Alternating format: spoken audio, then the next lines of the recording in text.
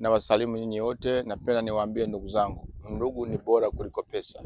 Nasema tena, ndugu ni bora kuliko pesa. Kwa nini? LACC. Ndugu zangu, kuna watu ambao wanasawishi wengine waingie kwenye LACC. Kuna watu ambao wana push au wanadanganya watu wengine ila waingie kwenye LACC. Kwa hiyo tusiingize watu kwenye LACC kwa kutumia uongo, kwa kutafuta maslahi yetu. Kwa hiyo ndugu zangu, tusiwadanganye watu ila waingie kwenye LACC. Tutakuja kuvunja undugu sababu ya pesa. Tutakuja kudharaulika, tutakuja kupoteza uaminifu sababu ya pesa. Kwa hiyo nimejitokeza niseme haya, na mwenyewe anaona maneno yangu yana kasoro, anitafute wala afungue kesi, tutaenda mahakamani. Mimi sina shida na siogopi mtu. Kwa hiyo lazima niwaambie ukweli ila tuepushe uongo wa watu. Ndio maana watu wengi sana akiwa na kushawishi uingie LACC, mara kila mtu anasema vitu vyake, kila mtu ana kauli zake, kila mtu ana kauli zake, kila mtu ana kauli zake.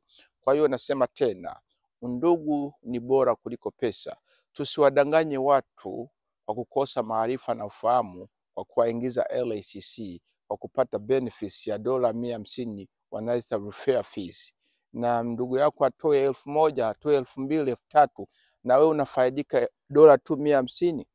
Ndio kawaida ya makampani mengi wanafanya hivyo. Makampani mengi wanasema referral fees, unapeleka mtu kukazi, kampani zingine wanakupa 200, kampani zingine wanakupa 300. Ukileta mtu kwenye kampani zingine wanakupa 1,000, inatokana na kampani.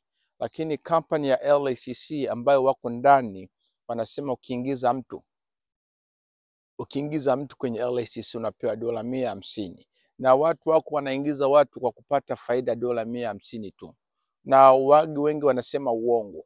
Ndio maana ukiwauliza kishaingia kwa 1,500 au kishaingia kwa 1,000 kwa LACC, faida ziko wapi? Nyuma ya miezi miwili ukianza kupata 400, 600, nyuma ya miezi miwili yule aliyokuingiza atakwambia hiyo ni faida. Je, nakuuliza kama 600 ni faida, ile 1,000 nao imeenda wapi? Huwezi kupata faida na hujaona mtaji ndugu yangu. Huwezi kupata faida na hujaona mtaji. Inabidi uone mtaji kwanza na upate faida. Kwa hiyo tuko hapa kwa kusaidiana na kwa kuelimishana, na ukiwa na shida na mimi nitafute, tuzungumuze. Usiseme labda na sipendi watu wasiingie. Hapana, mimi nakataa uongo. Hilo ni jambo la kisheria. Kukataa uongo sio jambo la binafsi. Hilo ni jambo la kisheria. Kwa hiyo tusifike hatua kwa kuvunja uaminifu kwa kutafuta maslaha na pesa na thamani za pesa. Kwa hiyo nasema tena, msije mkashawishi watu kwa kuingia LACC kwa kutumia uongo. Unamwambia mtu ukiingia utapata pesa, ukiingia itakuwa hivi, ukiingia. Na hiyo LACC ni kampani ambayo inakodisha maskura. Sio haikodishe gari, haikodishe manyumba, haikodishe vitu vya samani. Hapana, ni kampani ndogo ambayo imekuja hivi sasa ambayo inakodisha maskura. Hii hapa ndio skura ambayo inakodisha. Kwa hiyo watu wengine ambao wanaoingia na wanadanganya wazazi wetu, wanadanganya wazee wetu, wanadanganya wamama zetu ambayo hawana ufahamu sana wa mitandaoni, wako wanawaingiza kwa nguvu, wako wanawaingiza kwa kushawishi, na wanatoa maelfu na maelfu ila waingie. Na mnajua pesa za Marekani ni pesa ambayo zina uchungu sana. Pesa za Marekani ni pesa ambayo zinatoka mbali. Pesa za Marekani ni pesa ambayo mtu anafanya kazi masaa 8, hawampi na muda wa kutumia chooni. Anafanya masaa 8, akichelewa dakika moja tu wanampa adhabu. Ni pesa ambayo ni ngumu kutafuta. Walio hapa Marekani hiyo mambo wanajua. Kwa hiyo tuwe na huruma ndugu zetu. Nasema tena, ndugu zetu, tuwe na huruma. Tuache kudanganya watu kwa kuwaingiza kwenye LACC na makampani mengine kwa kutafuta thamani ya $150. Ndugu yako anatoa 1,000, wewe unafaidika $150 tu. Na kampani inapeleka 900 au 850. Kampani inapeleka 850, wewe unafaidika 150 na nani anafaidika zaidi? Kwa hiyo tusiwe ndugu, tusiwe adui wa Mwafrika. Wagi wanasema adui wa Mwafrika ni Mwafrika mwenzio. Na hizo kauli zinatambaa sana. Adui wa Mwafrika ni Mwafrika mwenzio.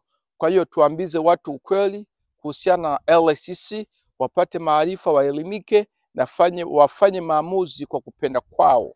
Nasema tena, tuwaambize watu ukweli, waelimike na wafanye maamuzi kwa kupenda kwao, sababu sheria na katiba hapa Marekani inakataza kusukuma mtu.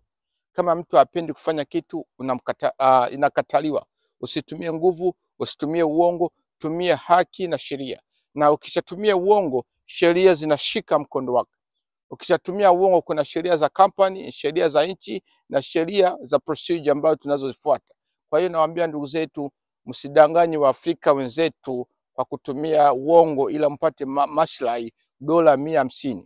Ndugu yako anatoa dola 1000, wewe unafaidika dola 150, company inapeleka 850 na hakuna faida yoyote. Kitu cha miezi 3, 4, anaangalia thamani kwa wapi, unamwambia angalia kwenye nani company, hapo ushapata 400. Na wanakuambia ingiza watu tena ndio utapata pesa. Ingiza watu tena. Ndugu zangu, tuache ujanja. Nasikia tuache ujanja. Tuendelee kuheshimiana, tuendelee kula kwa jasho letu, tuendelee kufanya kazi kwa bidii, tuendelee kukaa na watu wa maarifa ila watu usaidie kimaarifa ila tufaidike kama wengine. Tupunguze uongo. Ni aibu sana kuona ndugu yetu Mwafrika anadanganya Mwafrika mwenzio. Sisi tuliokuja hapa mbele Marekani tuko mwangaza wa kusaidia wengine. Nasema hivi, sisi tuliofika hapa Marekani mbele ni mwangaza wa kusaidia wengine waliofika sasa hivi. Sio mwangaza wa kuwapoteza, sio mwangaza wa kuwakula, sio mwangaza wa kuangamiza, sio mwangaza wa kuwadanganya. Kwa hiyo sijakataza msiingie LICC. Nasema tena mara ya 3. Sijakataza watu wasiingize ACC. Pia nasisitizia, sijakataza watu wasiingie LICC. Unasikia, LICC ni company ambayo imeanza zaidi ya miaka 2 tu na walioingia ni wengi zaidi kwa kushawishi na wengine. Kwa hiyo ninachokizungumzia ni hivi, msiwadanganye watu kwa kupitia uongo ila mpate maslahi ya dola 150 ya referral fees. Ndugu yako anatoa dola 1000, wewe unafaidika dola 150, company inapeleka 850. Company inapeleka pesa nyingi kuliko unazozipeleka. Kitu cha miezi 3, mwenyewe nao muingiza hajui kutumikisha mtandao huyo, hajui ataangalia nini, hajui faida atazionaje, na baadaye na unamwambia aingize pia wengine. Unajua kitu cha aibu. Unamshawishi tena aingize watu wengine. Ndugu zangu, tusipoteze uaminifu, tusipoteze thamani yetu. Tuko watu wazima, ni wamama, wababa, watoto, na sizungumzie mila, nchi, desturi au chochote, nazungumzia ukweli na haki za binadamu. Asante sana, Mungu awabariki. Ukiwa na swali au na shida, nitafute kwenye mtandao wangu. Mimi ni Bigman Obedi, na ukiwa na mashtaka yoyote, karibuni twende mahakamani, tusimamie kesi, sheria zifuate msimamo, tutafute wasimamizi, tufanye maneno sawa. Na hii video ukiwa na shida, itumie kwenye company ya LICC. Wanitafute, nitatoa majina langu, nitatoa na address zangu, email zangu. Wakiwa na shida wanihoji, wanitafute, nifanye kikao. Mimi sitokubali watu waangamie kwa kutumia uongo, kushawishi watu ila wapate hizo pesa dola 50 tu. Sio vizuri. Asante sana, Mungu awabariki sana. Ni mimi Bigman Obedi, Mungu awabariki sana. Na ukipenda kunifuatilia video zangu, mimi niko kwenye YouTube Bigman Obedi, niko kwenye Facebook Bigman Obedi, na zaidi watu 6000 ambao wananifuatilia kwenye mtandao.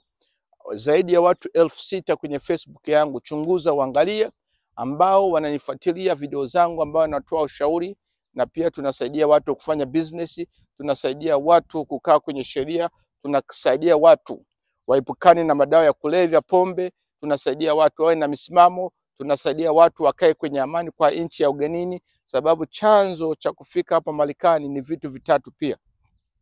Tumekuja hapa Marekani kwa kutafuta usalama, ila tuishi kwenye usalama, ila tuepukane na nchi zetu za vita kila mara. Hiyo ndio chanzo cha kwanza. Tumekuja kwa kutafuta usalama, amani. Chanzo cha pili, tumetafuta watoto wapate opportunity ya kusoma. Unasikia? Ila serikali isaidie watoto wasome, wajue nchi, pia wakuwe wa rais wa kesho. Wao wa daktari, waje wasaidie familia tulizotoka hemu.